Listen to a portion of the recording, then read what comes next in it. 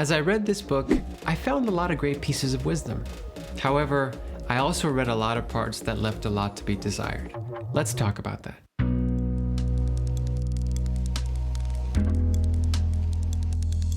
Namaskar. Welcome back to Tantra Thoughts. In this channel, we can help you have a better relationship with yourself and the universe through meditation techniques, tantric wisdom, personal development, and spiritual community. Sadhguru is undoubtedly considered one of the most respected yoga gurus of our time. I was excited to learn a little bit more about his philosophy in his new book, Karma, A Yogi's Guide to Crafting Your Destiny. I definitely want to commend Sadhguru for writing an entire book on the concept of karma and the reactions to karma. I mean, what a great service for his followers to teach them the importance of this topic. Before I begin my analysis, let me give you some background on the central problem that this book is trying to solve. We human beings are constantly expressing ourselves with our actions, whether they are good, bad, painful, or pleasurable. And of course, all of our actions have reactions. Our actions or the events in our lives don't only have external reactions, they also leave impressions in our mind. The impressions don't just disappear. I'm sure you've experienced on occasion where suddenly you're remembering something that happened 10 years ago, and you were surprised to find the memory still lingering in your mind. Well, eventually all of these impressions stuck in our subconscious mind will find the most congenial opportunity to express themselves externally. This concept is central to the understanding of why we reincarnate and why we experience trauma and how sometimes we behave in unconscious ways. It suggests that your life is not fully in your control. Your actions are dictated by the impressions of your past actions, including ones from your past lives. Your mind will not be at rest and will continue reincarnating through countless bodies until every last impression is expressed and exhausted. So even if you're a good person in this life, but were a bad person in a past life, before reaping the benefits of your positive actions from this life, first, every last bad impression from your past life has to be exhausted, possibly giving you lots of grief in this life, despite you being good now. Sadhguru's book attempts to address this psychic dilemma, which, as I said, is vital knowledge to everyone's spiritual development. Sadhguru begins the book by explaining how everybody gets the word karma wrong. But to be very honest, I found his general use of the word creating confusion as well. Sadhguru defines karma as the volition with which one performs action. Karma is the mechanism by which relative existence maintains itself. It refers to past action, the cause of all bondage. It is that which binds one to the body and creates tendencies that rule one's life. It's the law of cause and effect. Okay, well, that's a lot to cram into the meaning of one word. Any Sanskrit dictionary will tell you that karma literally and quite simply means action. Nothing more, nothing less. If you want to talk about action and reaction, or action and impression, you need a second word. So you can use karma to mean action, and then the consequences of the karma requires a new term. On this channel, we've used the term samskara before. Samskara means reactive momentum or a potential mental reaction as a result of a past action. It's way less confusing to not bundle these two concepts into one word. Sadhguru does mention the term samskara in the book, but according to him, samskara is the enduring impact of our genetic memory on our present life. Basically, the tendencies and behaviors that we inherit from our ancestors. However, samskaras are the impressions in your mind from past actions, regardless if your ancestors had anything to do with it or not. Sadhguru used another term to help break this down, vasana, which he refers to figuratively as a smell that is generated by a vast accumulation of impressions caused by your physical, mental, emotional, and energy actions. Depending upon the type of smell you emit, you attract certain kinds of life situations to yourself. Yes, that sounds about right. Vasana is one's total reactive momenta in potential form. My guru, Shrii Shrii Anandamurti, used the metaphor of a pot, which he called vasana bandha, the pot of your desires, which holds all of your past samskaras. As spiritualists, we should be working to empty the pot of our samskaras to liberate our minds from the bondage that they keep us in. Sadhguru also talked about some interesting concepts like allotted karma. Sadhguru says every human being has a certain allotment of karma for a lifetime. It is the karma that needs to be handled now. The rest continues to remain latent and unripe in the vast storehouse of accumulated memory. He says after you've emptied your lifetime's allotted karma, usually life grows more relaxed, less reactive, less compulsive. Strong likes and dislikes, whether about people, places, food, work, or politics, begin to weaken. Comfort zones become less important. Initially, you may find you want to slow down and live quietly. After that, you will choose to engage with the world again, but this time it will be in a wonderfully conscious way.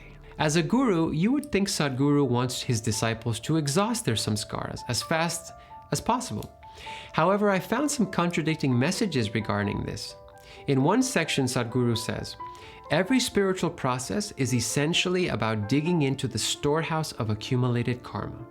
Spiritual practitioners are people in a hurry.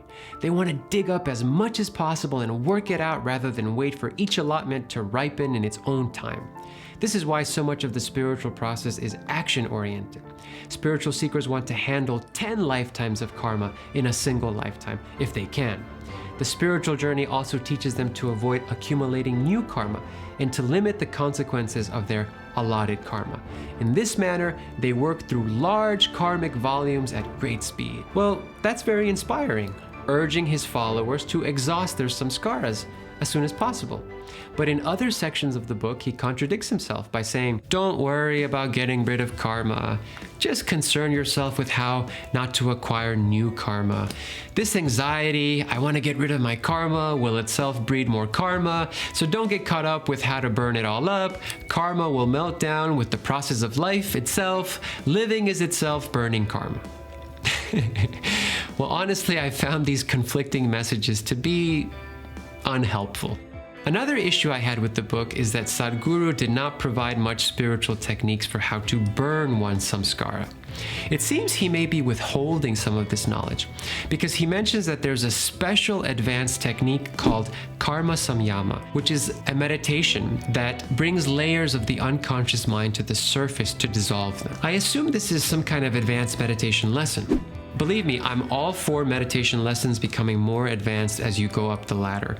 But in my opinion, a technique for burning samskara should be readily accessible to all, even the uninitiated. In the tantric system of meditation that you can learn here with us, the first 2 meditation lessons that you get actively help you burn and prevent samskaras.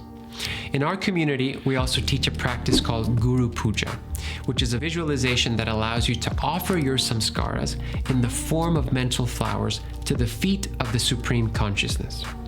In this way, you can feel your samskaras dissolve. It may sound strange to think that you have to offer your samskaras to the Supreme Consciousness. After all, you might argue, if everything is an expression of the Supreme, then aren't my samskaras already the Supreme Consciousness? Why do I have to offer them? Well, my guru would say, complete surrender is indispensable, and the only way to merge your samskaras into consciousness is to actively be ideating on the Supreme Consciousness. Soon I'll be making a video giving you all the details of this practice so you can start to surrender your samskaras. Sadhguru brought up an interesting point about being conscious of your unconscious thoughts and actions. He says, when some trigger compels action, how you consciously perform that action becomes important. If you do it unconsciously, that unconsciousness will generate an enormous amount of karma, and that is how karma perpetuates itself. I think that this is an interesting idea, and I agree in part, but I don't think simply being conscious of what you're doing is enough to prevent new samskaras. Suppose you land your eyes on an attractive person. You may be tempted to look at that person again and again. The first time you look at them, in that moment you can be conscious of what impression they leave on you, so as not to generate samskara. You might think, They're very beautiful, but no more beautiful than, say, the sunshine or beautiful flowers that I might see on my way to work. If you start to think about that person and look at them over and over again and start having romantic fantasies about them, then now you are generating samskara. As Sadhguru says, you can be conscious of your actions and change the story in your mind. This can help you prevent samskara to an extent. However, I don't think this is enough. To truly prevent generating samskaras, you should look at the person as an expression of the Supreme Consciousness. With this perspective, you are no longer seeing them as a beautiful man or woman, you are now seeing them as the Supreme Consciousness in the form of a beautiful man or woman. And if any samskara is to be generated on your part, it's all for the Supreme Consciousness, not that beautiful person anymore. Actually, this is what I thought was largely missing in Sadhguru's book: the role of spiritual ideation, of a spiritual outlook in preventing samskaras. He did mention dropping the fruits of one's actions to prevent samskaras. But here he was not talking about this in a spiritual way. He was suggesting to do things out of love or for the sake of doing them and not for money or reward. It seems to me he wants to avoid suggesting having a spiritual outlook as much as possible. Instead, maybe he's trying to appeal more to people's practical and intellectual mind and avoid too many philosophical or devotional sentiments. However, in one place, Sadhguru did say, the moment you begin to taste the divine, as it were, your karma has no hold over you. I wish he would have developed these ideas more. In my opinion, having a spiritual ideation is the only way to prevent samskaras. You have to train your mind to see everything as the divine. Believe it or not, in the meditation we teach, the second lesson provides a mantra that you repeat before every action to prevent new samskaras from forming. Repeating this mantra, you're reminded that the divine is everything and does everything. Sadhguru believes that you can prevent samskaras by distinguishing action into two categories: action that creates bondage and action that liberates from bondage. He says, if action creates bondage, it is karma. If action creates freedom, it is karma yoga. If you perform action miserably, it is karma. If you perform action joyfully and effortlessly, it is karma yoga. There are two issues I see here with this. Number one, whether your action is good or bad, joyful or sad, it's still going to create samskara, unless you have a spiritual ideation. Another issue is that he's billing karma yoga as the yoga of preventing samskaras. However, traditional karma yoga doesn't prevent samskaras, it only helps to burn samskaras. The term karma yoga was first introduced in the Bhagavad Gita, and one of Lord Krishna's most essential teachings is this karma yoga. And it quite simply means the practice of selfless action. Basically, it means fusing spiritual realization with selfless service and also fighting for justice. But for some reason, Sadhguru explicitly rejects this definition in his book. It may be that he wants to redefine the term. He thinks karma yoga means to act joyfully and effortlessly and not generate samskara. Where the traditional definition relates to his claim is that if you practice selfless service, you can actually burn samskaras. The more selfless service you do, the more you atone for your past sins, so to speak. It's ironic that Sadhguru would reject the traditional definition, when in fact karma yoga as selfless service would help to burn samskara. The most obvious way to burn samskaras, which Sadhguru did not talk about at all, is through repeating your mantra in your meditation. In fact, he barely mentioned meditation that much. Mantra meditation is the process of liberating the mind from samskaras or bondage so you can get to the Atman, the soul. You liberate the mind with a mantra. Man means mind, and tra means liberation in Sanskrit. In the process of mantra meditation, the crude mind merges into the subtle mind, and the subtle mind loses its identity in the supreme mind. Rather than emphasize meditation, Sadhguru emphasized work and hatha yoga, postural yoga, or asanas, as a way to burn samskaras. Regarding work, he says, if someone comes to his center with lots of samskara, I would put them into some intense physical activity for a few months. The idea is to burn up the energy allotted for physical activity in their allotted karma. Only after this energy is burned up will they be able to sit quietly and meditate. Most people cannot sit still if they do not first go through some intense activity. The trouble here is that he is vague as to what kind of work he would assign. One could read this and think, oh, maybe I should take another shift at my job and tire myself out so I can meditate better. I'll give Sadhguru the benefit of the doubt and assume he meant he puts people to work doing service, maybe for the organization or perhaps for people in need. If that's the case, then yes, service, not just any kind of work, will burn samskaras. He mentions that doing Hatha yoga, the yogic postures, will burn samskaras. But he did not elaborate on how. And honestly, I don't follow the logic here. Hatha yoga improves flexibility and regulates the glands, but it is devoid of spiritual ideation and it does not deal directly with samskaras. Again, I'm left to infer that Sadhguru meant that by doing Hatha yoga, one maybe prepares the body for meditation, which can in turn burn your samskaras, but it's hard to say if this is what he meant or not. I enjoy the part when he talks about realized masters having the capacity to dissolve their disciples' samskaras. Sadhguru says, it is said that when saints like Jesus and Guru Nanak, the founder of Sikhism, Buddhist masters and innumerable yogis walked the earth, people were cured of their ailments just by touching their garment. An enlightened master can certainly create the possibility for a person's karma to dissolve faster. I agree with this notion, and it stands to affirm that if you ever come across a guru, give them the samskara test. Find out if they are powerful enough to burn your samskaras for you. And as a bonus, see if they can raise your kundalini too.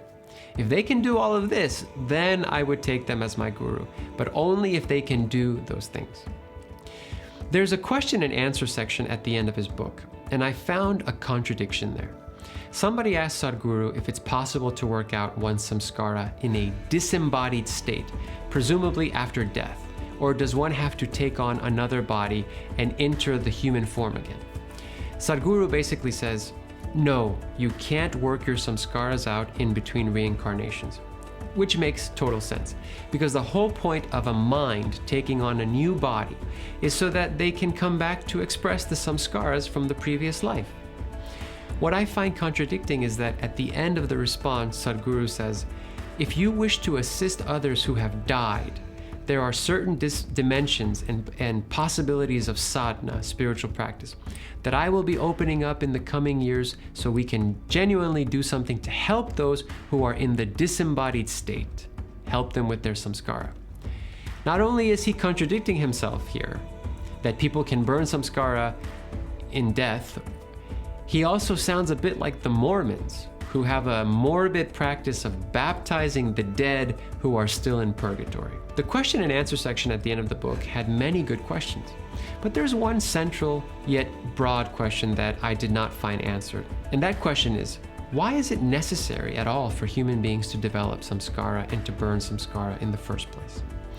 Well, let's try to answer that now. Suppose you attack somebody, causing someone else to be a victim. In that case, you create disharmony and imbalance in the universe. If you are the cause for someone else's suffering, then shouldn't you also be the tool to restore the equilibrium that was lost due to your original action?